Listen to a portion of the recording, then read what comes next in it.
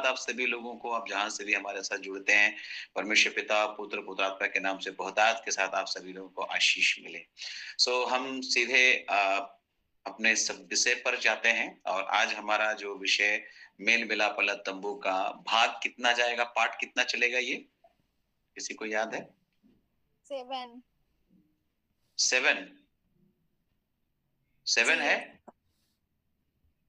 चलिए, बहुत-बहुत धन्यवाद।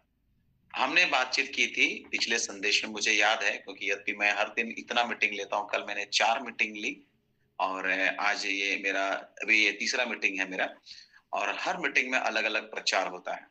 मुझे याद है कि मैंने एक विषय को छोड़ दिया था कि मैं अगली बार जब जुड़ूँगा तो आप लोगों से बातचीत करूँगा। किस विषय पर?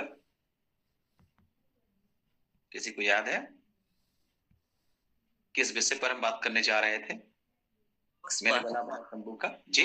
बादशाह पर किसके परमेश्वर के पर्दा। किसी ने ठीक कहा, पर्दा। हम बातचीत करने जा रहे हैं पर्दे के ऊपर में, है ना? मेरे प्रियो, पवित्र स्थान और महापवित्र स्थान के बीच में क्या था? पर्दा था। जो लोग नए जुड़े हैं हमारे साथ, उन सबसे अनुरोध है कि आप YouTube चैनल, आप हमारा हर घर प्रार्थना घर, उसमें जाएंगे तो आपको हमारा जितना भी इससे पहले का मेल मिलाप वाला तंबू का संदेश है, वो आपके लिए उपलब्ध है। आप वहां पर जब उसको सुनेंगे तब आपको ये विषय समझ में आएगा।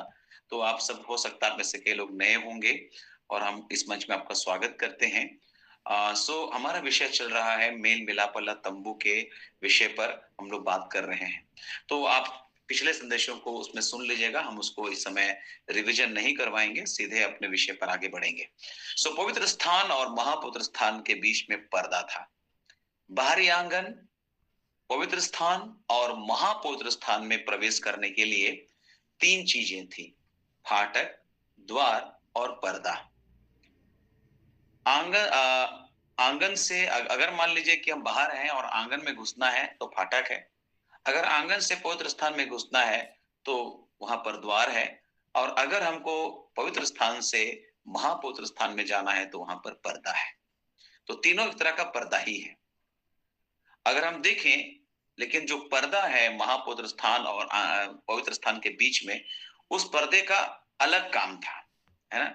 पर्दे पर करबों की कढ़ाई का काम हुआ था और पर्दा, जब हम इस शब्द के ऊपर विचार करें, मंथन करें, तो पर्दा शब्द मूल भाषा इब्रानी में जो अर्थ आया है वो है अलगाव, है ना? पर्दा शब्द का मूल भाषा जो इब्रानी शब्द है वो अलगाव है। अलगाव, अलग होना। ठीक है, किसी भी चीज को पर्दा क्या करता है? अलग करता है, छुपाता है। तो प्रत्येक शुद्धिकरण में आपको बताना चाहते हैं एक अलगाव है। अगर आंगन से पवित्र स्थान आना है, वहां पर एक अलगाव है द्वार के रूप में। अगर पवित्र स्थान से अगर महापवित्र स्थान जाना है तो वहां पर एक अलगाव है पर्दे के रूप में। तो हम एक गहरे शुद्धिकरण के लिए बुलाए गए हैं। आप सबको मालूम है, बिना पवित्रता कोई कदापि प्रभु को देख नहीं सकता। और बाइबल में लिखा है, पवित्रता से शोभायमान होकर परमेश्वर की आराधना करो। परमेश्वर की आराधना केवल गीत से नहीं होता है। परमेश्वर की आराधना केवल बाजे से नहीं होता है, लेकिन परमेश्वर की आराधना पवित्र जीवन से होता है। अगर हमारा जीवन में पवित्रता नहीं है, हम शुद्ध नहीं है, हमारी आराधना कभी कबूल नहीं होगी। लोगों के कानों को सुकून पहुंचाने के लिए शायद आपके गीत हो सकते हैं बहुत अच्छे, परंतु परमेश्वर को जो ग्रहण योग्य आराधना है वो पवित्र दशा है। अगर आप पवित्र दशा में नहीं है तो आपकी आराधना एक कंप्लीट आराधना नहीं है। ठीक है, तो बाइबल मांग करती है शुद्धिकरण की। तो हम शुद्धिकरण के लिए बुलाए गए हैं, जिसके लिए हम लोगों को एक अच्छे पर्दे की जरूरत है ना? कलीसिया के भीतर में हमें भी एक अलगाव की आवश्यकता है। पर्दा का मतलब अलगाव से है। कुछ लोग हमेशा निराशा ही की बातें करते हैं। ऐसे लोगों से हमेशा आपको पर्दा रखना जरूरी है ना? हमें सबके साथ मेल मिलाप रखना है, परंतु हमें उनके पापों में सहभागी नहीं होना है। उसमें हमें पर्दा चाहिए, है ना? तो विशेष करके परमेश्वर के जो सेवक लोग हैं, चुने हुए लोग हैं ना, उनका जो पर्दा होता है वो उच्च दर्जे का होना चाहिए। वे किसी के नहीं है, वे केवल परमेश्वर के निज धन है। संसार में कोई भी उन पर अधिकार नहीं जता सकता है। तो उच्च दर्जे के पर्दा के लिए हमें गहरा प्रगटीकरण होना चाहिए हमारे जीवन में। परमेश्वर की पवित्रता के बारे में एक व्यक्तिगत प्रकाशन होना चाहिए और तभी जो है ना हम लोग परमेश्वर को सही हृदय से आराधना कर पाएंगे। आज कई लोगों के पास अभी भी परमेश्वर का ज्ञान नहीं, परमेश्वर का वचन। मैं अभी लगातार अलग-अलग कलीसियाओं में प्रचार किया। लगभग मैं अभी इन दिनों में 4 अलग-अलग कलीसियाओं में मैं प्रचार किया। इवन रोमन कैथोलिक चर्च में भी मैं प्रचार किया। ये मेरे लिए एक सौभाग्य रहा। कल मैं एक रोमन कैथोलिक फेलोशिप में था। उससे पहले मैं जीएल फेलोशिप में था, फिर सीएनए फेलोशिप में भी मुझे बुलाया गया और एक पेंटिकोस्टल पास्टर को ऐसा जगह में बुला लिया जा रहा है, तो मैं भी बहुत दंग रह जा रहा हूँ कि लोग सुनना चाह रहे हैं वास्तव में। और मैंने देखा कि परमेश्वर उनके जीवन में काम कर रहे हैं। पिछले दिनों हमारे जमशेदपुर में सूरज प्रमाणिकी का मीटिंग हुआ था, प्रभु के दास। और इस मीटिंग को जो ऑर्गेनाइज की, जब मुझे उनके बारे में पता चला तो मैं बड़ा आश्चर्य किया, क्योंकि आज से 25 साल पहले उनके पापा ने मुझे एक चैलेंज दिया था जमशेदपुर में। उनके पापा ने कि जमशेदपुर को बदल के दिखाओ, है ना। और उन्होंने, माफ कीजिएगा अगर यहाँ पर कोई ऐसी कलीसिया से बिलोंग करता है जिन्होंने केवल छिड़काव का बपतिस्मा लिया है, बाइबल में डूब का बपतिस्मा है, क्योंकि बपतिस्मा शब्द का मतलब ही डुबाए जाने से है ना। तो उन्होंने मुझे बोला था कि डुबकी मिशन और हालेलुया मिशन, इस तरह से हमें बड़ा मतलब कोसा था। और उन्होंने कहा था कि तुम लोग इतना, अगर तुम लोग पवित्र हो तो तुम जमशेदपुर को बदल कर देखना, है ना। तो तरह तरह से उन्होंने हमें कहा। तो मैंने बोला एक दिन आपके बाल बच्चे इसी डुबकी मिशन में आएंगे, हो सकता है वो लोग प्रोग्राम को अरेंज करेंगे, है ना। और जानते हैं, मैंने धन्यवाद ज्ञापन जब हमारा इस प्रोग्राम को लेके हमारे ही कलीसिया में हो रहा था, तो वहां पर मैंने उस सिस्टर से बातचीत की। पहले लोग आंटी आंटी बोल रहा था, लेकिन मैंने उनको पहचाना कि आप बबली दीदी हैं। उन्होंने बोला हाँ। और उसके बाद फिर हमने बताया कि आपके पापा ने आज से 25 साल पहले, 24-25 साल पहले निर्जर हमारे साथ जुड़ी हुई थी, अभी भी लेफ्ट हो गई। उनको शायद मालूम होगा, 6 नंबर रोड में निर्जर सिस्टर अभी लेफ्ट हो गई। तो 6 नंबर रोड में एक लकड़ा परिवार था, उसी की वो बेटी है। आज वो अकेले दम पर मीटिंग को ऑर्गेनाइज की, अकेले दम पर, है ना। और उसने जितने भी लोग आए हुए थे, हजारों की संख्या में लोग आए थे, सबको खाना खिलाया। तो मैंने बोला एक दिन मैंने आपके पापा से कहा था, एक दिन आपके बाल बच्चे जो है ना इसी हालेलुया मिशन डुबकी मिशन में वो आएंगे, मीटिंग ऑर्गेनाइज करेंगे। और मैंने उनको सीधे बोला कि देखो परमेश्वर कैसे काम करता है। शायद 1 साल में नहीं हुआ, 2 साल में नहीं हुआ, 3 साल में नहीं हुआ, आज 25वां साल हो रहा है। 2000 ईस्वी में उनसे ये बात हुई थी, आज ये 25वां साल है। ये सेवकाई का मेरा शुरुआती साल की बात है मेरे प्रिय, जब मैंने उस अंकल से इस बात को कहा था। 2000 ईस्वी फुल टाइम मिनिस्ट्री के लिए मैंने अपने आप को पूरी तरह से समर्पित कर दिया। और ये साल मेरा 25वां साल जा रहा है अपनी मिनिस्ट्री लाइफ का। तो मैं कह सकता हूँ कि मैं सिल्वर जुबली मना रहा हूँ अपनी मिनिस्ट्री का, है ना। सो समय कैसे कट गया पता ही नहीं चला। ठीक है। सो मेरे प्रियो, हम पर्दे के बारे में बात कर रहे हैं। बहुत सारा वचन है जिसको हम आज बताएंगे, और कितना समय तक मैं बोल पाऊंगा मुझे नहीं पता, क्योंकि मैं ऑलरेडी बहुत लेट हूँ। और माफी चाहूंगा आप में से कितने लोग और भी मीटिंग में जुड़ते हैं, और हो सकता है आप लोगों को रात्रि का पारिवारिक प्रार्थना करना होता है, इसलिए आप लोग लेफ्ट हो जाते हैं। परंतु अगर आप हमारे साथ बने रहेंगे तो हम थोड़ी देर, थोड़ा समय लेकर के आपसे बातचीत कर पाएंगे, है ना। सो हम देखते हैं, फाटक पार करने के पश्चात आप बाहरी आंगन की वस्तुएं देख सकते हैं। अगर हम फाटक पार करेंगे ना, तो हम बाहरी आंगन की चीजों को देख पाएंगे। सबसे पहले फाटक होता है, फाटक में प्रवेश करेंगे आप तो आपको बाहरी आंगन दिखाई देगा, और बाहरी आंगन की चीजें वहां दिखाई देगी। जो कुछ भी निर्गमन में आप पाओगे कि बाहरी आंगन में क्या क्या होता था, है ना। सो एक बार फिर से मैं आप सबसे अनुरोध करूंगा कि पुराने नियम की पुस्तक को भी जरूर पढ़ा कीजिए। हम लोग कभी कभी केवल नया नियम पढ़ते हैं और पुराने नियम की अवहेलना करते हैं, लेकिन पुराना नियम और नया नियम ये परमेश्वर के दो होंठ है जिससे परमेश्वर हमसे बात करता है। सो आपसे गुजारिश है मेरी कि जब आप बाइबल पढ़ते हैं तो जरूर पढ़िए, ना भी समझ में आए तो भी पढ़िए। परमेश्वर का आत्मा सबसे अच्छा टीचर है मेरे प्रियो, उससे बेहतर शिक्षक कोई भी नहीं। इसलिए अगर आपको समझना है तो उस आत्मा से प्रार्थना करिए कि हमें मुझे सिखाएं, मुझे प्रकाशन का आत्मा दीजिए। ठीक है। तो फाटक में जैसे हम प्रवेश करेंगे, आंगन में आप घुस जाएंगे। आंगन में आप आंगन की वस्तुएं देख सकते हैं, और द्वार पार करने के पश्चात आप पवित्र वस्तुएं देख सकते हैं। पवित्र स्थान में, है ना, पवित्र वस्तु देख सकते हैं। परंतु पर्दा को जब आप पार करेंगे ना, तो पर्दा प्राप्त करने के पश्चात ही आप महापवित्र वस्तुएं देख सकते हैं, अति पवित्र वस्तुएं आप देख सकते हैं। यानी फाटक को पार करेंगे तो आपको आंगन की वस्तु दिखाई देगी। आंगन से जो द्वार है, वो द्वार को पार करेंगे तो आपको पवित्र वस्तुएं दिखाई देगी। और अगर आप पर्दा को पार करेंगे ना, तो अति पवित्र वस्तुएं आपको दिखाई देगी। मैं बार बार बोल रहा हूं, हम में से कितने लोग हैं जो केवल फाटक पार करके आंगन में पहुंचे हैं? हमें से कितने लोग हैं, हो सकता है जो लोग अब द्वार पार करके पवित्र स्थान में पहुंच गया, और हम में से कितने लोग हैं अभी जो पर्दा को पार कर चुके हैं। और वो पर्दा कौन है, उस भेद को हम खोलने जा रहे हैं, है ना। सो आपको उत्साहित करेंगे, थोड़ा इंतजार करिए और हम लोग इस भेद को समझेंगे। बहुत आसान है और आप पढ़े हैं, कितनी बार पढ़े हैं आपने, है ना। आप में से कई लोग शायद जानते भी होंगे, लेकिन हम लोग एक बार फिर से उसको याद करेंगे, ठीक है। तो आप पहला फाटक को पार करेंगे तो कहां पहुंचेंगे? आंगन। आंगन में द्वार है, उसको पार करेंगे तो कहां पहुंचेंगे? पवित्र स्थान। पवित्र स्थान में एक पर्दा लगा हुआ है, उसको पार करेंगे तो आप पहुंच जाएंगे महापवित्र स्थान। आप उसकी वस्तुओं को देख सकते हैं, है ना। परमेश्वर का वचन स्वर्ग में स्थिर है मेरे प्रिय। परमेश्वर का वचन स्वर्ग में स्थिर है। इसलिए यदि हम परमेश्वर का वचन अपने हृदय में स्थिर करना चाहते हैं तो हमारा हृदय स्वर्ग में होना चाहिए।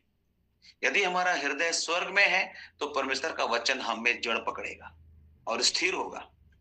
यदि आप उत्तम शुद्धता चाहते हैं तो आपको उत्तम क्या बोलेंगे, आपके अंदर एक प्रतिष्ठा होनी चाहिए। पौलुस बोलता है कि मैंने क्या किया, मसीह यीशु की पहचान की उत्तमता के कारण जो लाभ की बातें थी ना, उसको मैंने हानि समझ लिया। जो बातें मेरे लिए फायदेमंद लगा, मैंने उसको हानि समझ लिया। कभी कभी बहुत सारी ऐसी चीजें हैं मेरे प्रिय जिसको हमको लगता है कि ये मेरे फायदे की बात है। आपको बताना चाहते हैं, पौलुस बोला जो जो मेरे लिए लाभ की बात थी ना, मैंने उसको हानि समझ लिया। इस संसार में बहुत सारी ऐसी चीजें हैं मेरे प्रिय जिसके पीछे हम भाग रहे हैं। बाइबल में लिखा है शरीर पर मन लगाना तो मृत्यु है। अगर केवल शारीरिक चीजों पर आप मन लगा रहे हैं ना, तो ये भी एक मृत्यु की दशा है। मृत्यु केवल शरीर से प्राण निकल जाना नहीं होता है, लेकिन बाइबल में अगर मृत्यु की बात करें ना, तो मृत्यु के बहुत सारे कारण दिए गए हैं। पहला, पाप की मजदूरी मृत्यु है। दूसरी बात, अगर आप देखेंगे बाइबल में रोमियो की पत्र में लिखा है शरीर पर मन लगाना मृत्यु है।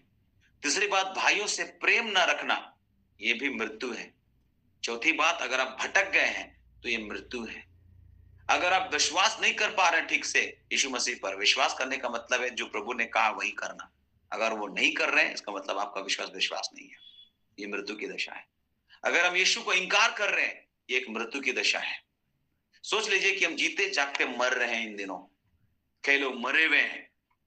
लोग यीशु की मृत्यु के दिन रो रहे थे, जब यीशु क्रूस उठा के जा रहा था। यीशु मसीह बोला मत रो मेरे लिए, ये मौत तो अभी है, तीसरे दिन हम जी उठेंगे। तुम लोग अपने लिए रो, तुम लोग जिस दशा में उस दशा के लिए तुम लोग रो। तो मेरे प्रियो, मैं आपको उत्साहित करता हूं, हमारे लिए महत्वपूर्ण है परमेश्वर और उसका वचन। यीशु ने कहा था जो मुझसे अधिक अपने माता पिता, अपने घर परिवार, उसको जो है ना प्राथमिकता देगा, वो मेरे योग्य नहीं है। कुछ चीजें आपके लाभ के लिए, लेकिन कई बार आपको उसको भी आपको किनारा करना पड़ेगा, है ना। सो हम लोग इस समय बात कर रहे हैं पर्दे के ऊपर में। तो पर्दा से होकर महायाजक क्या करता था, आप बाइबल को पढ़ेंगे तो महायाजक महापवित्र स्थान में प्रवेश करता था साल में एक बार। ध्यान से सुनिएगा, पुराने नियम में महायाजक साल में एक बार पर्दा को पार करके महापवित्र स्थान में प्रवेश करता था। और पुराने नियम में महापवित्र स्थान में जाने का मार्ग बहुत भयानक था। आपको बता दे रहे हैं, बहुत भयानक था।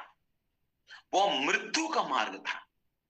वर्ष में एक बार जाने वाला महायाजक भी सुंदरता के वस्त्रों के साथ नहीं, परंतु श्वेत सनी के वस्त्र लिखा है बाइबल में, और लहू के साथ ही जा सकता है। सनी का कपड़ा पहनता था वो लोग, सनी का वस्त्र, और लहू लेकर के साल में एक बार वो जा सकता था। साल में एक बार केवल जा सकता है महापवित्र स्थान, जहां परमेश्वर की महिमा है, जहां परमेश्वर लोगों से बात करता है। एक बार जा सकता है साल में। आप सोच सकते हैं, है ना। अगर वो व्यक्ति अयोग्य रीति से अंदर प्रवेश करे, अयोग्य रीति से अंदर प्रवेश करने से क्या होगा, वो उसी स्थान में गिर करके मर जाता था अंदर में। लग रहा ना कितना भयंकर। पुराना नियम पढ़ने से लगता है ना परमेश्वर बहुत खतरनाक है, दयालु है ये नहीं, लेकिन उसका भी कारण है, उसको समझिएगा परमेश्वर का वचन को, ठीक है। अगर अयोग्य रीति से महायाजक अंदर घुसा, उधर ही मर जाएगा, है ना। और वह अति महापुत्र स्थान में जब अंदर मर जाता है तो उसका शरीर को भी बाहर लाने का तरीका था, है ना। अगर महायाजक महापुत्र स्थान में मर गया तो कोई भी अंदर जाकर के प्रवेश करके उसका बॉडी को बाहर नहीं ला सकता था, कोई भी नहीं। तो केवल महायाजक ही महापुत्र स्थान में प्रवेश कर सकता था, इसलिए कोई बॉडी लाकर घुस करके नहीं ला सकता था। तो अगर आप देखेंगे पुराने नियम में परंपरा के अनुसार महायाजक के एक पांव के साथ रस्सी बांध दी जाती थी, एक पांव में रस्सी बांध दी जाती थी, और महायाजक वहां मरने से रस्सी खींच करके उसे बाहर निकाल दिया जाता था, बाहर निकाल लिया जाता था। वहां कोई घुसता नहीं था बॉडी लाने के लिए। उसके पैरों में बंधी रस्सी जब भी महायाजक जाता होगा, जो सोच लीजिए कि साल में एक बार जब उसको जाने का टाइम रहता है तो रस्सी बांधा हुआ है, तो अपने पहले एकदम डर से तो हालत खराब रहेगा, भैया कहीं उल्टा फुल्टा हुआ तो यहीं मेरा प्राण चला जाएगा।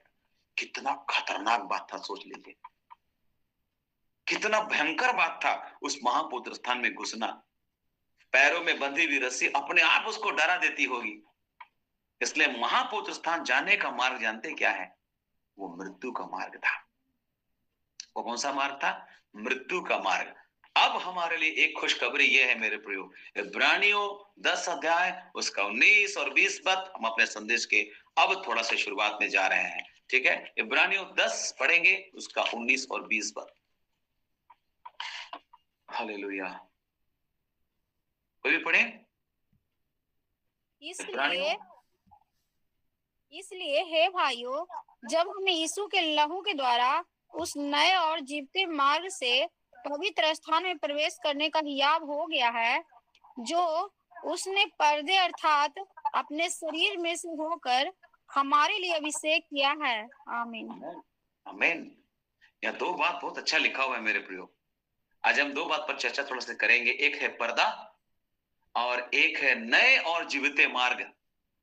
ये मार्ग क्या है, नया और जीविता मार्ग मेरे प्रियो, ये क्या है, बहुत उत्साहित आप हो जाएंगे। इब्रानियों 10, 19, 20 में हम पढ़ रहे हैं कि जो मार्ग मृत्यु का मार्ग होकर प्रतीत होता था, यीशु के द्वारा वो जीवन का मार्ग बन गया।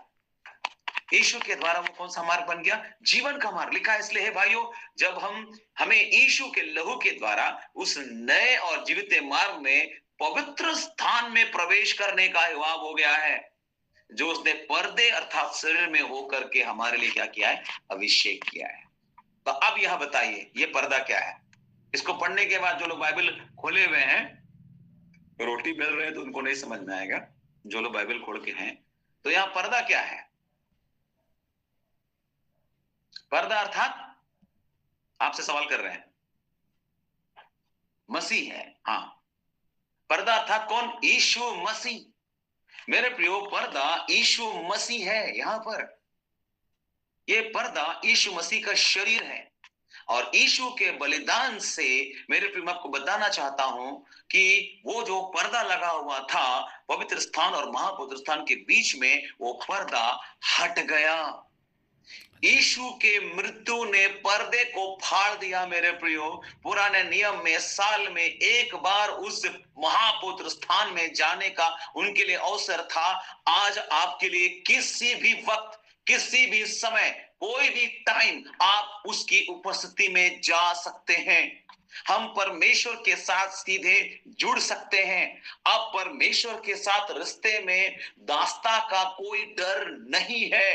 मसीह ने हमारे लिए परमेश्वर की हर मांग जो है ना पूरी कर दी। मसीह ने परमेश्वर की मांग को पूरी कर दी, व्यवस्था की मांग को पूरी कर दी।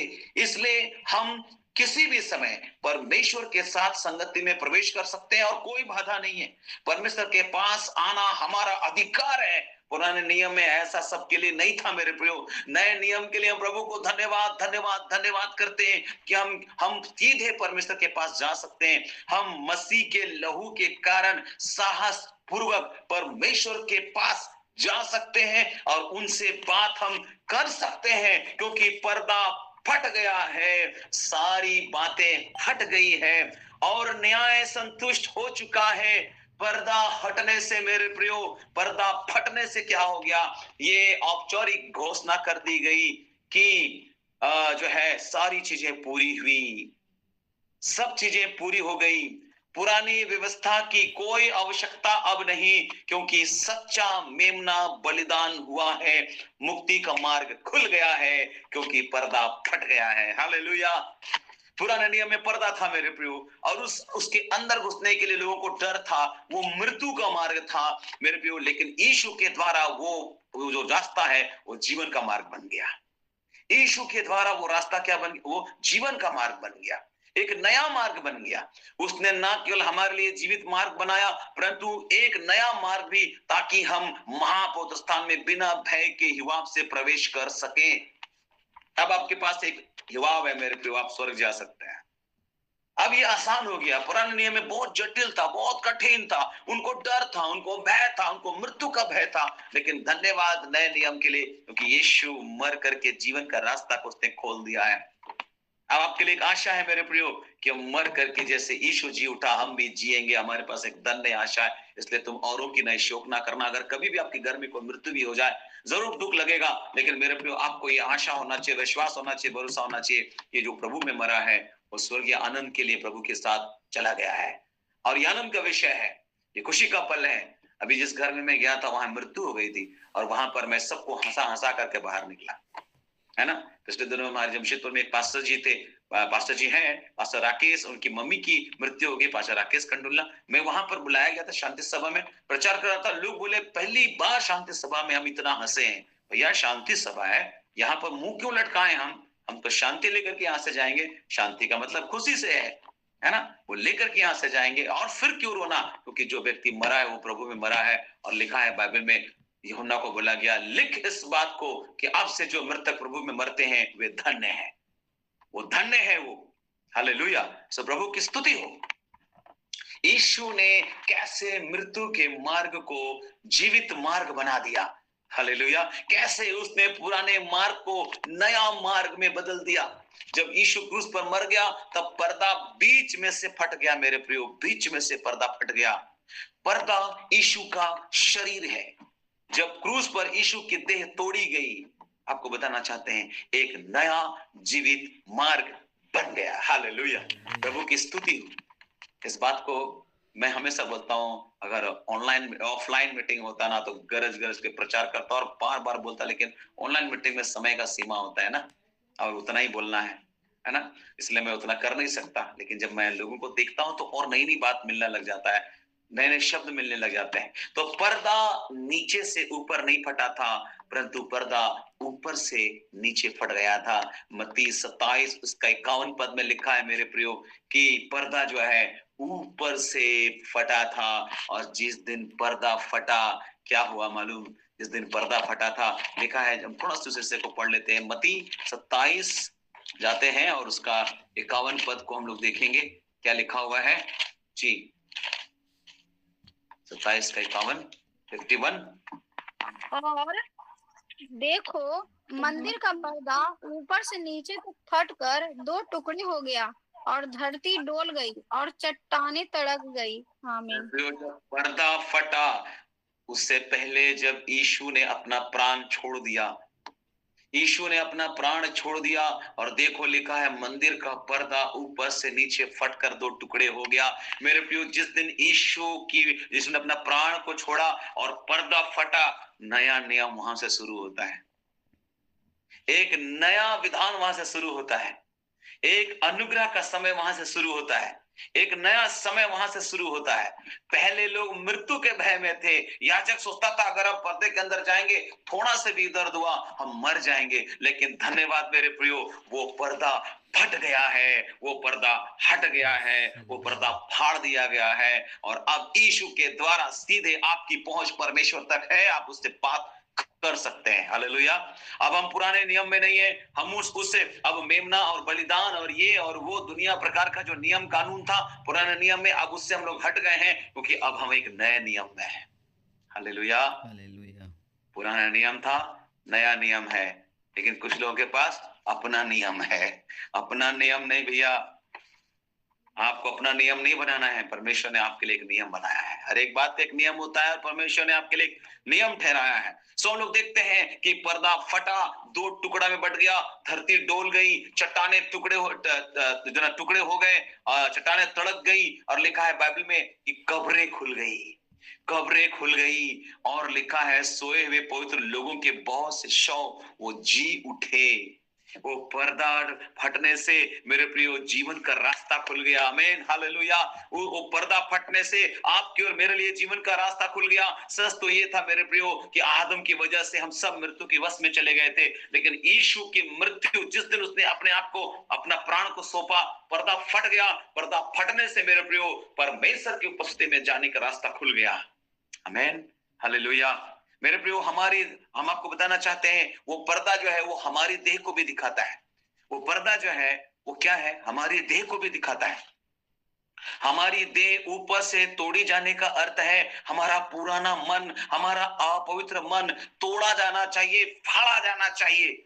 उस पर्दा को अभी तक अगर आपने फाड़ा नहीं है तो फाड़ दीजिए उसको। परमेश्वर से बोलिए, ये परमेश्वर का काम है, ये हम अपने आप नहीं कर सकते, परमेश्वर से आपको बोलना पड़ेगा। ये प्रभु जैसे मंदिर का पर्दा आपने ऊपर से फाड़ा था, आप ही हैं जो ऊपर से प्रभु इस पर्दे को फाड़ सकते हैं। प्रभु मेरे पुराने उस मनुष्यत्व का पर्दा को, मेरे उस पुराने जीवन के पर्दा को प्रभु आप फाड़ सकते हैं। परमेश्वर हमारे मन से पुराना जीवन को फाड़ा जाना जरूरी है मेरे प्रियो, तब पवित्रता के लिए नया और जीवित मार्ग खुल जाएगा, तभी नया मार्ग खुलेगा।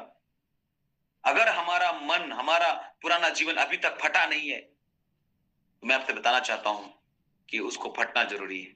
जब हमारा मन फाड़ा जाता है तब हमारा पुराना जीवन, पुराना अपवित्र स्वभाव तोड़ा जाता है, तब हम परमेश्वर के जीवन से भरा हुआ जीवन, नया जीवन आरंभ कर सकते हैं। तब नया अनुग्रह, नया अभिषेक, नया प्रकाशन, नया विश्वास, नई और अधिक जीवित आशा हमको मिलेगी। हालेलुया। परमेश्वर सब कुछ नया करेगा मेरे प्रियो।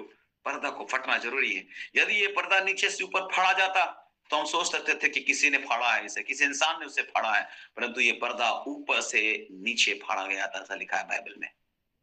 हर पार्ट में, जब आप मरकुस में, लूका में, यूहन्ना में कहीं भी पढ़िए, ऊपर से पर्दा फटा है। इसलिए क्योंकि इस पर्दे को दिव्य हाथ ने फाड़ा है। ये पर्दा दिव्य हाथ के द्वारा फाड़ा गया। इसका आत्मिक अर्थ क्या है मेरे प्रियो? हमारे अपने प्रयासों से वो पर्दा, हमारा पुराना मन फाड़ा नहीं जा सकता है। उस पुराना व्यवस्था को बदला नहीं जा सकता है, हमारे हाथों से नहीं हो सकता है। अगर हम करेंगे तो नीचे से होगा, ऊपर से जब होगा तो सब कुछ बदल जाएगा। अपने बल और योग्यता से हम अपने पुराने विचारों, पुराने मन, पुराने शारीरिक स्वभाव और अपने पुरानी सोचों को, पुरानी सोचने की शैलियों को, हमारी पुरानी भावनाओं से हम छुटकारा नहीं पा सकते हैं। केवल परमेश्वर ही यह कर सकता है। हमारी समस्या यह है कि हम अपने प्रयासों से पवित्र बनने का कोशिश करते हैं। हम अपने आप से धर्मी नहीं हो सकते मेरे प्रियो। हम ये महसूस नहीं कर पाते कि पवित्र जीवन बिताना ये अनुग्रह का श्रेष्ठ काम है। विश्वास ही के द्वारा अनुग्रह से तुम्हारा उद्धार हुआ है। ये अपने आप से नहीं हुआ, ये अपने कर्मों से नहीं हुआ है मेरे प्रियो, ये उसका अनुग्रह है। पर्दा का फटना नई वाचा को लाना है। पर्दा का फटना नई वाचा को लाती है। नई वाचा पुरानी व्यवस्था को पीछे छोड़ देती है और परमेश्वर की इच्छा के अनुसार मेल मिलाप को पूरी करती है। वो कितना अच्छा खबर है मेरे प्रियो, ये कितना अच्छा खबर है कि पर्दा फटा, नई वाचा सामने आई, है ना। और नई वाचा क्या करती है? पुरानी व्यवस्था को पीछे छोड़ देती है। और ये नई वाचा क्या कर देती है? परमेश्वर की इच्छा के अनुसार मेल मिलाप को पूरा करती है। मेल मिलाप का तंबू के बारे में बात कर रहे हैं। ये कितनी अच्छी खबर है मेरे प्रियो, ये कितनी अच्छी खबर है मेरे प्रियो। हमने इब्रानियों में पढ़ा, एक जीवित मार्ग के बारे में भी हमने पढ़ा। आप सबसे कहना चाहता हूं, ऐसा ना सोचे कि पवित्र जीवन बिताना बहुत कठिन बात है। बहुत बार हमको लगता है नहीं, ये बहुत कठिन बात है, पवित्र जीवन हम नहीं बिता सकते। ये शैतान कहता है। है ना? ये शैतान है जो ये कहता है कि यीशु ने ही सिखाया है कि पवित्रता का मार्ग संकरा मार्ग है। हम एक वचन से सिद्धांत बना देता है। मैं आपको बताना चाहता हूं कि कठिन नहीं है उसकी आज्ञाएं। पहला यूहन्ना में लिखा है उसकी आज्ञाएं कठिन नहीं है। इस मार्ग को जटिल ना बनाएं। आपको बताना चाहते हैं कि ये जो मार्ग है ये एक राजमार्ग है, हाईवे है, हाईवे। हम लोगों ने केवल जाना कि नहीं ये एक संकरा मार्ग है। नहीं मेरे प्रियो, परमेश्वर आपके लिए हाईवे बनाया है। जब हम पाप में रहेंगे ना तो ये संकरा रहेगा, लेकिन जब हम धार्मिकता का जीवन जिएंगे ना, आपके लिए राजमार्ग बन जाएगा, ये हाईवे बन जाएगा। राजमार्ग में कठिनता से ही कोई मोड़ या उबड़ खबड़ मार्ग अथवा आगे बढ़ने के लिए रुकावट पाई जाती है। राजमार्ग एकदम सीधा होता है। लोग सोचते हैं कि पवित्रता का मार्ग कठिन है क्योंकि उनके भीतर जो पर्दा है वो फटा नहीं है। अगर पर्दा फट जाएगा, मैं आपको बताना चाहता हूं, आप रास्ता को आसान देखोगे, चौड़ा देखोगे। प्रभु ने उस अलग कंडीशन में इस बात को कहा था, है ना? पवित्रता का मार्ग के बारे में लोगों को बताया जाता है कि ये बहुत कठिन है, बहुत मुश्किल है। भैया अगर पर्दा फट जाएगा ना तो रास्ता आपको राजमार्ग मार्ग नजर आएगा। यदि पर्दा नहीं फटा है तो महापवित्र स्थान का मार्ग बहुत कठिन है आपके लिए। यदि हम प्रभु को हमारा पुराना शारीरिक मन फाड़ने नहीं देंगे तो पवित्र जीवन बिताना बहुत मुश्किल है, और यही कारण है कि हम पवित्र जीवन नहीं जी पा रहे हैं। इस तरह से मेरे प्रियो, ये राजमार्ग हमारे मन में, हमारे हृदय में है। हमारे हृदय में उनकी सुधि रहती है। भजन संहिता 84 के 5 में लिखा है कि हमारे हृदय में वो राजमार्ग है। अगर आपने हृदय से विश्वास किया मेरे प्रियो, मैं आपको बताना चाहता हूं, आपके लिए जो सकरा मार्ग था वो राजमार्ग में बदल चुका है। हालेलुया। भजन संहिता 84 का 5, हमारे हृदय में राजमार्ग। जब हमारा हृदय विशाल होगा, हम मार्ग को राजमार्ग होकर के देखेंगे। जब हमारा हृदय सकरा होता है तो स्वर्ग का मार्ग, सिय्योन का मार्ग भी सकरा हो जाएगा। ये पर्दा एक कोने, एक सिरे से नहीं, परंतु ठीक हमारे मन के बीच में से फटना चाहिए। तभी आप मार्ग को आप राजमार्ग के रूप में देख सकते हैं। और जानते हैं, ये पर्दा फटना ये दिखाता है कि ठीक हमारे मन के बीच में परिवर्तन होना चाहिए। जानते हैं, यशाया में राजमार्ग के बारे में बताया गया है। यशाया 35 अगर आप खोलिएगा तो वहां पर राजमार्ग है। हालेलुया, प्रभु की स्तुति हो। जब हम उसका 8 से 10 पढ़ेंगे 35 का, तो वहां पर इस प्रकार से लिखा हुआ है 35 का जी, यशाया 35 उसका 8 से 10। वह एक सड़क अर्थात राजमार्ग होगा, उसका नाम पवित्र मार्ग होगा। कोई अशुद्ध जन उस पर से ना चलने पाएगा। वह तो उन्हीं के लिए रहेगा, और उस मार्ग पर जो चलेंगे वे चाहे मूर्ख भी हो तो भी कभी न भटकेंगे। वहां सिंह न होगा और कोई हिंसक जंतु उस पर न चढ़ेगा, न वहां पाया जाएगा, परंतु छुड़ाए हुए उस पर नित चलेंगे। यहोवा के छुड़ाए हुए लोग लौट कर जय जयकार करते हुए सियोन में आएंगे, और उनके सिर पर सदा का आनंद होगा। वे हर्ष और आनंद पाएंगे, और शोक और लंबी सांस का लेना जाता रहेगा। आमीन। आमीन, आमीन। अगर आप यहाँ सामने होते तो अगर हम साथ मिल करके पढ़ते तो उछलना पड़ता हम लोगों को, लेकिन अफसोस कि हम लोग ऑनलाइन मीटिंग में हैं। लिखा है वहां एक सड़क अर्थात राजमार्ग होगा। देखिए, हाईवे के बारे में बाइबल बात करती है ना? वहां राजमार्ग होगा, और लिखा हुआ है मेरे को, उसका नाम पवित्र मार्ग होगा। कोई अशुद्ध जन उस पर से नहीं चलने पाएगा, और लिखा है वह तो उन्हीं के लिए रहेगा, और उस मार्ग पर जो चलेंगे वे चाहे मूर्ख भी हो तो भी कभी नहीं भटकेंगे मेरे प्रियो। लिखा है वहां सिंह नहीं होगा, ना कोई हिंसक जंतु होगा, उस पर कोई नहीं चढ़ेगा, ना वहां वो पाया जाएगा, परंतु छुड़ाए हुए उस पर नित चलेंगे। अद्भुत, अद्भुत, अद्भुत। अगर हम बात करें इस अध्याय की मेरे प्रियो, इस पदों की बात करें, तो यहाँ पर राजमार्ग मार्ग की 5 सुंदर सच्चाइयां आपको मिलेगी। यीशु ने पर्दे में होकर, शरीर में होकर के मेरे प्रियो, और वो लहू लेकर के क्या किया मालूम, हमारे लिए एक नया मार्ग बनाया है। और ये मार्ग कुछ और नहीं, ये राजमार्ग है, ये एक हाईवे है। आप उतना कठिन मत बनाइए महापवित्र स्थान में जाने के रास्ते को उतना कठिन मत बनाइए। यीशु के द्वारा हमारा मार्ग राजमार्ग में तब्दील हो गया है। हाईवे में, नेशनल हाईवे में वो तब्दील हो गया है मेरे प्रियो। और आपको इस नेशनल हाईवे के बारे में हम बात बताते हैं। ये 8वां पद में नेशनल हाईवे है, राजमार्ग। मेरे प्रियो, यीशु पर्दे में अर्थात शरीर में होकर के उसने इस नया मार्ग को आपके लिए तैयार किया। पुराना नियम में लोगों को मृत्यु का मार्ग दिखाई देता था, मृत्यु का डर था। नए नियम में मेरे प्रियो, आपको बताना चाहता हूं कि आपको मृत्यु का भय नहीं होना चाहिए, क्योंकि हमारे लिए एक नया और जीवित मार्ग बना दिया गया है। पर्दा फट गया है, नई वाचा को लाई गई है, पुरानी वाचा को पीछे छोड़ दिया गया है, और अब हमारा मेल मिलाप परमेश्वर के साथ हो गया है। ये एक खुशखबरी है, ये एक गुड न्यूज है। मेरे प्रियो, यहाँ पर 5 सुंदर सच्चाइयां हैं इस मार्ग के विषय में, इस हाईवे के विषय में, इस नेशनल हाईवे के विषय में। सबसे पहली बात, ये सबसे सुरक्षित मार्ग है। ये सबसे सुरक्षित मार्ग है क्योंकि वहां कोई सिंह नहीं है अथवा फाड़ खाने वाला जानवर नहीं होगा। आप वहां पढ़े अभी तुरंत 9 और 10 में, है ना। पवित्र जीवन सबसे सुरक्षित मार्ग है, दूसरे सारे मार्ग खतरनाक है। आपको बताना चाहते हैं, पवित्र जीवन ही सबसे सुरक्षित मार्ग है मेरे प्रियो, और दूसरा मार्ग जो है सबसे खतरनाक है। ये पहली सच्चाई। दूसरी सच्चाई, ये सबसे शुद्ध और साफ सुथरा मार्ग है। ये सबसे शुद्ध और साफ मार्ग है मेरे प्रियो, क्योंकि यहाँ कोई अशुद्ध वस्तु नहीं होगी, लिखा है यहाँ पर। अभी जिस मार्ग में हम लोग है संसार में, हर तरफ अशुद्धता है, हर तरफ भय है, हर तरफ डर है मेरे प्रियो, लेकिन परमेश्वर आपको इस डर से बहुत जल्द पूरी तरह से मुक्त करने जा रहा है। इस पृथ्वी पर तो हमें आने वाले समय के लिए डर होता है, क्या होगा, क्या होगा, क्या होगा मेरे भविष्य का, क्या होगा मेरे परिवार का, क्या होगा मेरे बच्चों का, क्या होगा मेरे पति का, क्या होगा मेरी पत्नी का, क्या होगा इस बात का। हम सबको डर है मेरे प्रियो। हम ये नहीं बोलते हैं कि केवल डर आपके पास है, डर हमें भी है बहुत सारी बातों को लेकर के, लेकिन धन्यवाद हमारे प्रभु यीशु मसीह के लिए, जिसने उसने हमारे लिए राजमार्ग तैयार किया है, राजमार्ग तैयार किया है, और उसमें पवित्र लोग प्रवेश करेंगे। हालेलुया।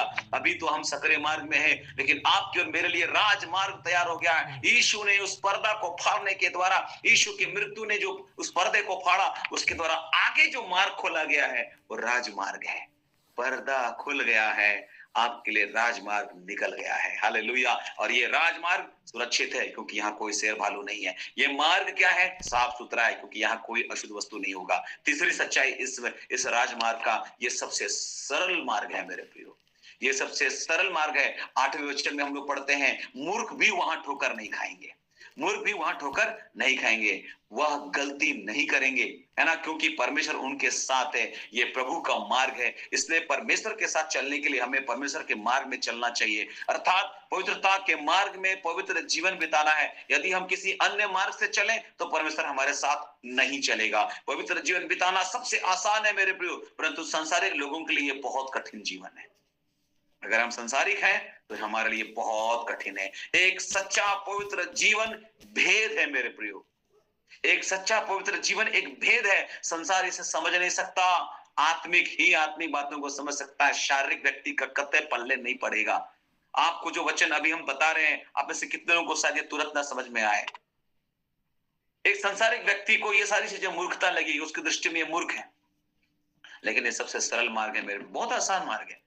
लेकिन हमको लगता है बहुत कठिन, हमें कभी कभी बताया जाता है ये आसान नहीं है, बहुत खतरनाक मार्ग है, बहुत कठिन। नहीं मेरे प्रियो, अगर आप जान गए कि पर्दा फट गया है तो आगे सरल मार्ग है।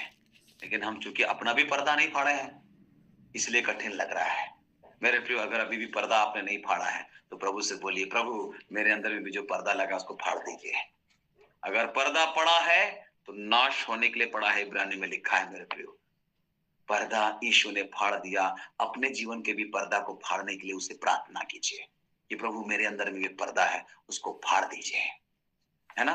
जानते हैं ये मार्ग की चौथी सच्चाई क्या है? इस मार्ग की चौथी सच्चाई, एक सुंदर सच्चाई, ये सबसे धन्य मार्ग है। पहले बताया मैंने, ये एक सुरक्षित मार्ग है, एक शुद्ध मार्ग है, तीसरा सरल मार्ग है, और चौथा ये सबसे धन्य मार्ग है, क्योंकि ये सबसे धन्य स्थान सियोन के जाने का मार्ग है। ये नेशनल हाईवे, ये राजमार्ग। हालेलुया। यीशु ने पर्दे में होकर के क्या किया? एक नया मार्ग आपके लिए खोल दिया, राजमार्ग है।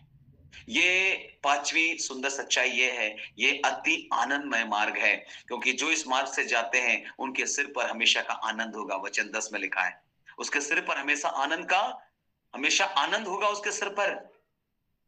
आज तो हम बहुत दुख उठा रहे हैं, बहुत तकलीफ उठा रहे हैं। आपके लिए यीशु ने राजमार्ग खोल दिया है, पर्दा हट गया है। पुराने नियम का जो पर्दा है वो डराता था महायाजक को, अंदर घुसेंगे कहीं भी कुछ गड़बड़ी हो जाएगा, हम मर जाएंगे। लेकिन धन्यवाद नए नियम के लिए, हमारा एक ऐसा महायाजक है जिसने मेरे प्रियो पर्दा को ही फाड़ दिया, पर्दा को ही फाड़ दिया और सारा डर हटा दिया, और हमारे लिए उसने राजमार्ग खोल दिया कि हम सियोन जा सके, हम सियोन जा सके, स्वर्ग जा सके। ये एक अति आनंदमय मार्ग है, और जो भी इस मार्ग से जाता है उसके सिर पर हमेशा आनंद होगा। 10वां पद में लिखा है, साधारण रूप से आनंद हृदय में होता है, सिर में नहीं। आनंद जो है वो सिर में नहीं होता है, वो हृदय में होता है। सिर विचारों को दिखाता है, सिर का मतलब विचार है ना। यहां वो कहता है सदा का आनंद उसके सिर पर होगा। अब अद्भुत बात, सिर पर होगा। वे जो पवित्रता के राजमार्ग में चलते हैं वे बहुत आनंदित होंगे, क्योंकि उनके विचार ही आनंदमय होंगे, इसलिए सिर लिखा हुआ है। उनके विचार ही आनंदमय होंगे, हृदय में आनंद और सिर में आनंद। वाओ, हालेलुया, दोनों जगह आनंद ही आनंद होगा। आनंद हृदय में, आनंद सिर में। इनमें क्या अंतर है? यदि आपको उन्नति मिलती है अथवा आपको कुछ रुपया मिलता है तो आपका हृदय खुशी से भर जाता है, समझ रहे? परंतु आपकी कोई आलोचना करने से आपके हृदय का आनंद नष्ट हो जाता है ना। आपको कई बार ऐसा होता है, अगर कुछ मिल गया तो बड़ा अच्छा लगता है, लेकिन कोई आलोचना करता है तो क्या होता है? हमारा खुशी खत्म हो जाता है। अगर कोई आलोचना किया मेरा खुशी खत्म। परंतु जब आप सिर पर सदा का आनंद होगा ना, परंतु जब आपके सिर पर सदा का आनंद होगा, आप निर्धनता में भी आनंदित होंगे, आप निर्धनता में भी आनंदित होंगे, क्योंकि आपका धन कौन है? मसीह में है। आप निर्बलता में भी आनंदित होंगे, जब आप निर्बल हो जाएंगे तो भी आप आनंदित होंगे, क्योंकि मसीह में आपको आरोग्यता मिली है। आप कष्टों में आनंदित होंगे क्योंकि मसीह में आपको शांति मिली है। आप अपमानों में आनंदित होंगे क्योंकि आपके लिए आदर कौन है? यीशु मसीह है। इसलिए ये जो मार्ग है ये राजमार्ग है, अति आनंदमय मार्ग है।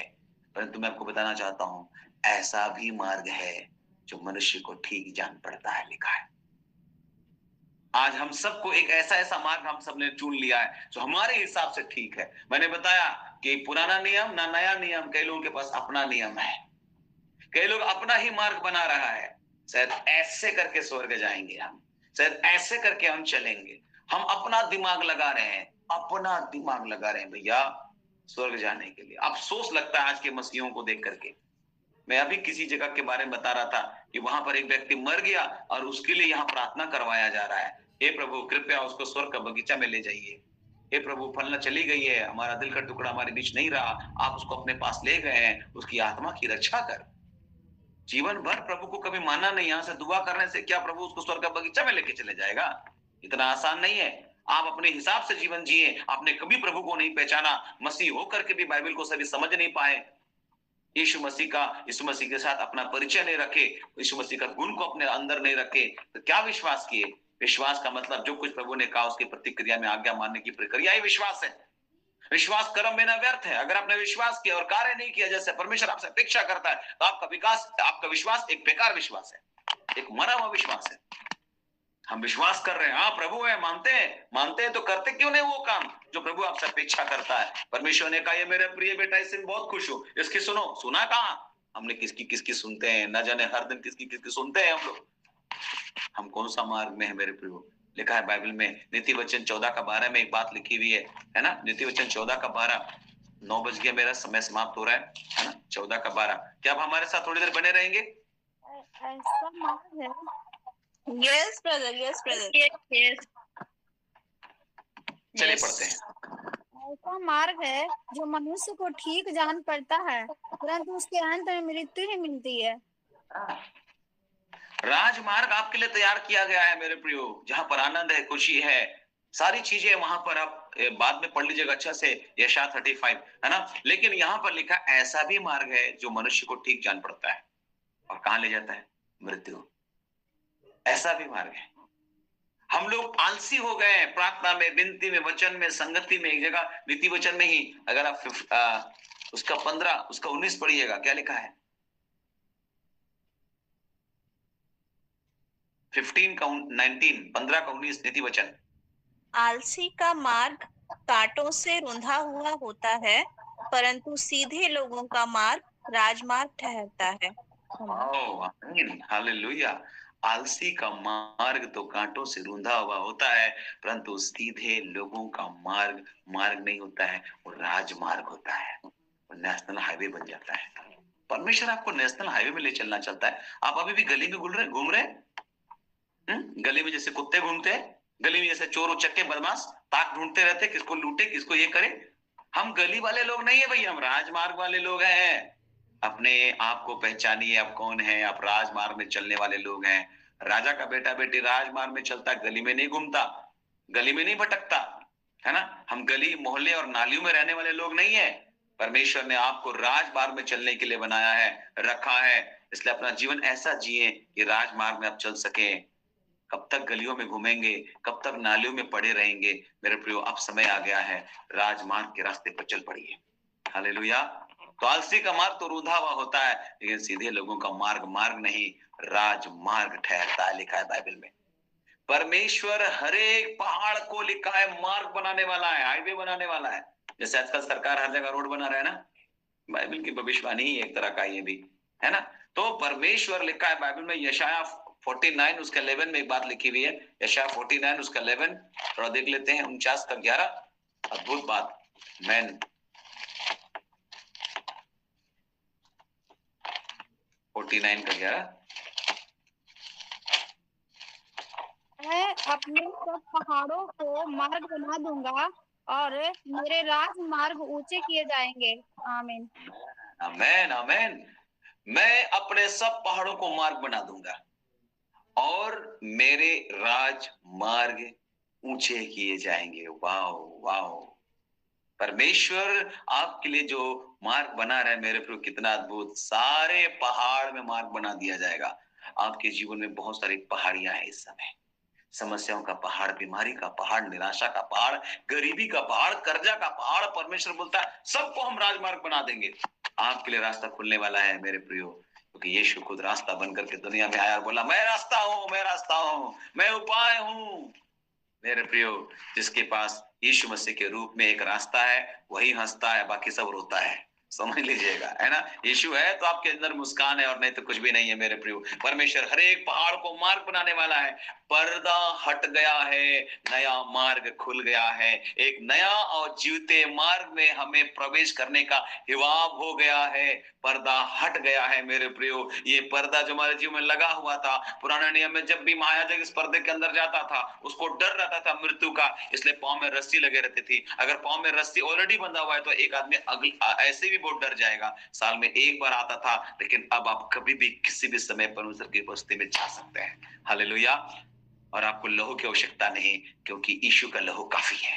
यीशु का लहू काफी है, वो लहू दिया जा चुका है। अब आपको केवल विश्वास करना है। आप बरी हो गए हैं उन सारी चीजों से, होम बलि, मेल बलि, अन्न बलि, दोष बलि, पाप बलि, इन सारी चीजों से आप बरी हो गए हैं, क्योंकि यीशु मसीह में सारे बलिदान पूरे हो गए हैं। अब हमको बार बार लहू बहाने की आवश्यकता नहीं, अब हमको कोई महायाजक तलाशने की जरूरत नहीं, क्योंकि हमारा एक ही महायाजक है, उसका नाम यीशु मसीह है। और वो महायाजक क्या कहता है आपसे मेरे प्रियो, यशाया 30 उसका 21 पढ़ेंगे जरा। वहां भी एक मार्ग के संदर्भ में कुछ बात लिखी गई है जी। 30:21।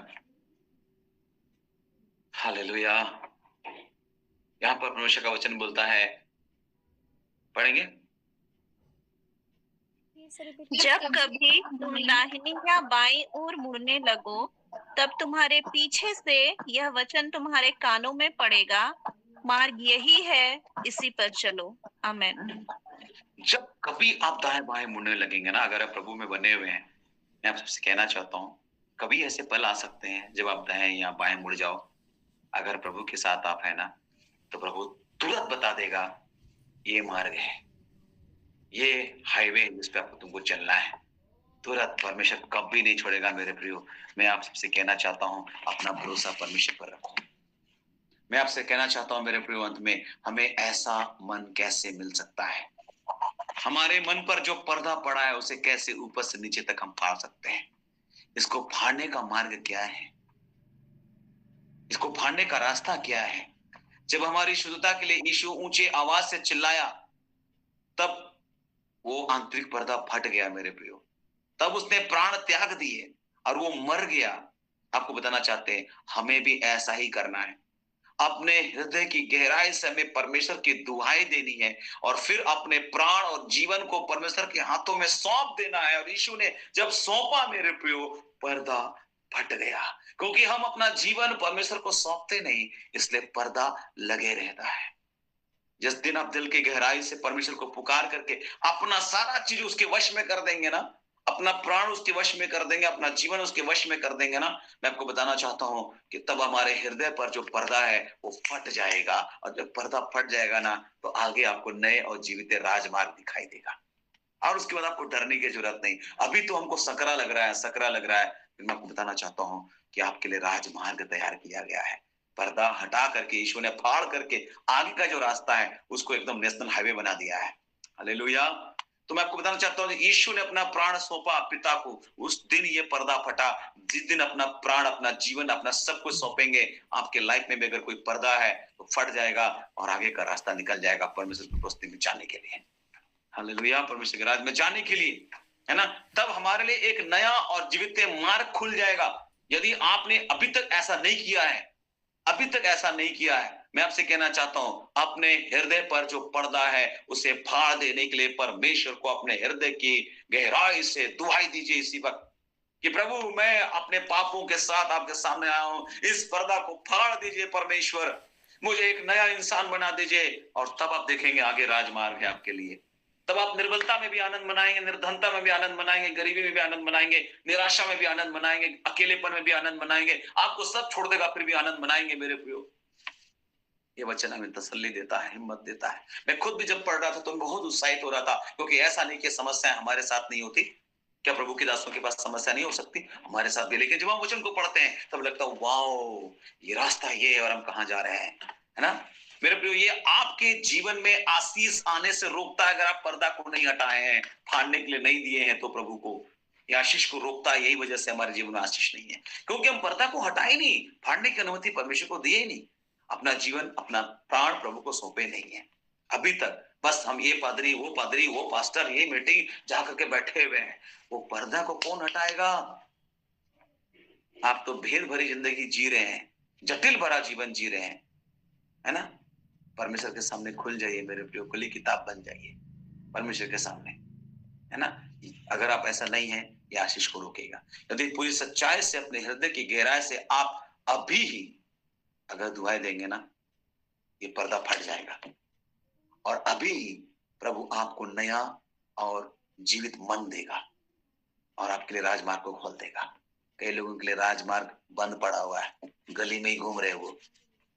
परमेश्वर ने गली का कुत्ता नहीं बनाया, परमेश्वर ने आपको अपना भेड़ बनाया है जो उसके मार्ग में चलता है। चरवाहा राजमार्ग में जा रहा है, उसकी भेड़ें चरवाहे को फॉलो करेगी।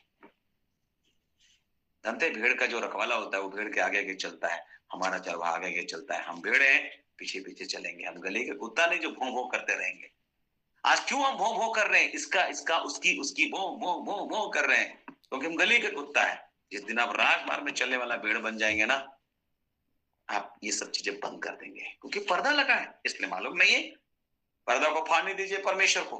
आइए अपने जीवन को, अपने प्राण को, अपने आप को परमेश्वर के हाथ में सौंप दीजिए, ताकि पर्दा फटे और हम जो है ना परमेश्वर के पीछे पीछे सही से चल सकें। चाहे महापुत्र स्थान में बहुत सारी महिमामय वस्तुएं थी मेरे प्रियो, महापुत्र स्थान में बहुत सारी महिमामय वस्तुएं थी, पर्दा मार्ग रोके हुए था। पता है, उस महापुत्र स्थान की वस्तुओं को देखने के लिए और पाने के लिए पर्दा मार्ग रोका हुआ था और लोग अंदर प्रवेश नहीं कर सकते थे। केवल महायाजक साल में एक बार प्रवेश करता था, वो भी बिना लहू नहीं, लहू लेकर के, और थोड़ा सा मिस्टेक वो मर जाएगा। वो मृत्यु का मार्ग था। लेकिन धन्यवाद मेरे प्रियो, जब यीशु रूपी पर्दा आया, यीशु ने अपने शरीर में होकर यानी अपने बलिदान से उस पर्दा को फाड़ दिया। अब हमारे लिए महिमा में वस्तुएं सामने हैं। यहां पर हम ये धन्य सच्चाई सीखते हैं कि जब हमारा पुराना अपवित्र मन फाड़ा जाता है, तब हम परमेश्वर के भेदों और महिमामय बातों को जान सकते हैं। हालेलुया। मैं जब बोल रहा हूं तो मैं बहुत एक्साइटेड हूं और पता नहीं इसके ऊपर में क्या क्या मैं बोल देता अगर मैं सामने आपको देख रहा होता। अगर मैं ऑनलाइन मीटिंग ऑफलाइन मीटिंग में होता तो मैं उछल-उछल के प्रचार करता, बहुत मज़ा आता मुझे। ऑनलाइन मीटिंग में कई बार हमारे पास उतने शब्द नहीं होते क्योंकि मैं लोगों को देख नहीं पाता हूँ। अगर देख लूँ ना तो शब्द का इतना भंडार आ जाता है ना मेरे पास, पता नहीं कहाँ से क्या आ जाता है ना? हमारा पुराना मन परमेश्वर अपने भेदों को प्रकट करने और अति पवित्र वस्तुओं और पवित्र सच्चाई को प्रकट करने के लिए एक रुकावट है। आपको बताना चाहते हैं, ये पुराना मन एक रुकावट है, महिमा में वस्तुओं को पाने के लिए। उस महापवित्र स्थान में जो वस्तुएं हैं उसको प्राप्त करने के लिए हमारा पुराना जो मन है वो रुकावट है। परमेश्वर के वचन में बहुत सारे भेद और छिपी हुई सच्चाइयां हैं, परंतु परंतु एक शारीरिक मन इन बातों को समझ नहीं सकता है। मैं आपको बताना चाहता हूं, हमारी प्रतिष्ठा ऊपर से है, अर्थात मन से आरंभ होनी चाहिए। यदि मन पवित्र नहीं किया गया तो हाथ और पांव भी बिना पवित्र के होंगे, और जब तक पर्दा नहीं फाड़ा जाता है तब तक कोई महापवित्र स्थान में प्रवेश नहीं कर सकता, और ना ही शकीना में, परमेश्वर की महिमा में, ना वहां पाए जाने वाली बहुमूल्य वस्तुओं में हम आनंदित हो सकते हैं। मेरे प्रियो, आपको आज मैं बताना चाहता हूं, अपने जीवन में जो पर्दा पड़ा है उसको फाड़ डालिए। और ये कैसे होगा? यीशु मसीह के द्वारा। ये परमेश्वर का काम है। वो पर्दा को परमेश्वर ने फाड़ा था ऊपर से नीचे। आपके लाइफ में भी अगर कुछ पर्दा पड़ा हुआ है जो हमको वहां तक घुसने से रोक रहा है, महापवित्र स्थान में जाने से रोक रहा है, उसकी उपस्थिति में जाने से रोक रहा है, उससे बात करने से रोक रहा है, उसकी सुनने से हमें रोक रहा है, उस पर्दे को फाड़ने के लिए प्रभु से दुआ कीजिए। हालेलुया। यीशु ने ऊंची आवाज में जब चिल्लाया, अपना प्राण पिता को सौंपा, पर्दा फट गया। आज ऊंची आवाज में पिता को पुकारिए, देखिए आज ही अभी इसी वक्त कईयों का पर्दा फटेगा। हालेलुया। मैं दुआ करता हूं प्रभु यीशु के नाम में, आपके जीवन में अगर कोई भी पर्दा है, इसी वक्त वो पर्दा फट जाए। परमेश्वर का अनुग्रह हो, परमेश्वर का अनुग्रह से वो पर्दा फटता है, हमारे कोशिशों से नहीं, हमारे प्रयासों से नहीं। परमेश्वर इस समय कईयों के पर्दा को फाड़ने वाला है। हालेलुया। प्रभु की स्तुति हो।